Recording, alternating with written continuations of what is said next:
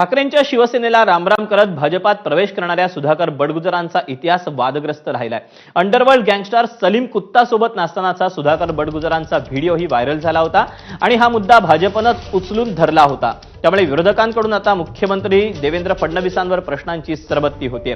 तर सुधाकर बडगुजरांवर चौकशीअंती जुन्या पक्षात कोणतीच कारवाई झालेली नाही असं म्हणत फडणवीसांनी टीकाकारांना उत्तर दिलं।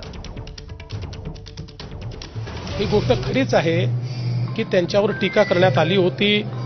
एक व्हिडिओ देखील आमच्या नितेश राणेंनी रिलीज केला होता, पण त्यानंतर आपल्याला याची कल्पना आहे की जो गुन्हा दाखल झाला त्या गुन्ह्याचं पूर्ण त्या ठिकाणी चौकशी झाल्यानंतर चौकशी अंती त्यांच्यावर कुठलीही कारवाई त्यात झालेली नाही आणि ते त्या पक्षात असताना या पक्षात आल्यावर नाही।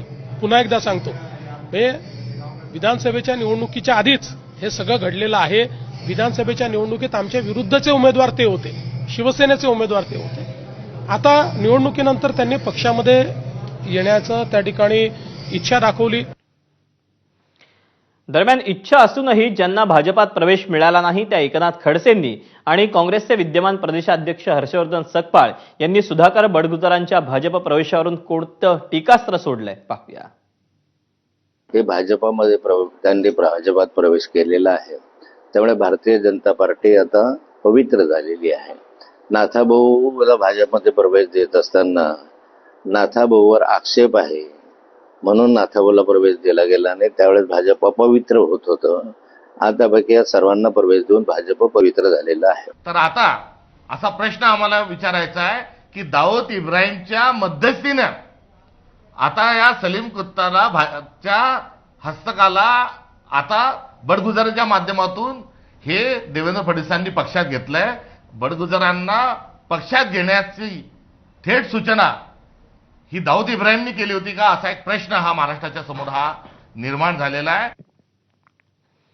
सुधाकर बडगुजर यांच्या पक्षप्रवेशाला नाशिकमधील स्थानिक आमदारांकडून जोरदार विरोध होतोय। त्यानंतरही बडगुजरांचा प्रवेश झाल्यानं नाशिक भाजपात काहीशी नाराजी दिसून आली।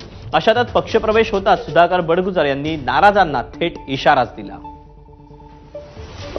एकमेकांसमोर निवडणुका लढलेल्या असतात आणि आरोप प्रत्यारोप होत असतात।